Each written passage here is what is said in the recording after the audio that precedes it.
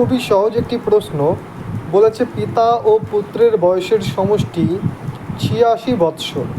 ১০ বছর আগে পিতার বয়স পুত্রের বয়সের দ্বিগুণ ছিল। বর্তমানে পিতার বয়স কত? এর থেকে সহজ প্রশ্ন হয়তো আর হয় না। তো কীভাবে সম্ভব, আমরা কীভাবে সলভ করবো এটাকে? তো সলভ করবো এইভাবে যে ১০ বছর আগে যাব। ১০ বছর আগে পিতার বয়স পুত্রের বয়সের দ্বিগুণ ছিল, কিন্তু বর্তমান বয়সের সমষ্টি ৮৬ বছর। তো ১০ বছর করে যদি আগে যাই, তাহলে পিতার আর পুত্রের দুজনারই ১০ বছর করে কমে যাবে। ১০ বছর করে মোট কমবে কত? ২০ বছর কমে যাবে যদি আমরা ১০ বছর পেছনে যাই। তো ১০ বছর পেছনে যদি যাই, তাহলে ৮৬ থেকে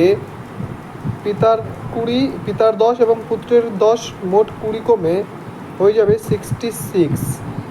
এবার বলেছে এই ১০ বছর আগে পিতার বয়স আর পুত্রের বয়সের দ্বিগুণ ছিল, মানে পিতার বয়স যদি পুত্রের বয়স যদি 1 হয়, তাহলে পিতার বয়স ছিল 2, মানে দ্বিগুণ। তো টোটাল ছিল কত? 2 আর 1 3। এই ৩ মানেই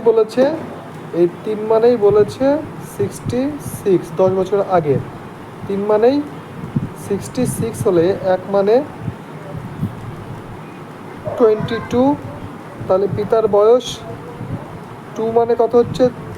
44। আর পুত্রের বয়স 1 মানে 22। এবার এটা তো বেরোলো ১০ বছর আগে, কিন্তু বর্তমানে পিতার বয়স জানতে চাইছে। তো বর্তমানে পিতার বয়স জানতে গেলে এটা তো ১০ বছর আগের বয়স বেরোলো, তাহলে এর সাথে 10 অ্যাড করে দিলে কত হবে? 54। তো 54 হয়ে যাবে পিতার বর্তমান বয়স। তো অপশান ডি বা ঘ হয়ে যাবে এই প্রশ্নের সঠিক উত্তর। আশা করি বোঝাতে পারলাম। তো ভিডিওটি ভালো লাগলে অবশ্যই একটু লাইক কমেন্ট করবেন, আর বন্ধুদের মাঝে শেয়ার করে দিলে তো আরও ভালো হয়। ধন্যবাদ।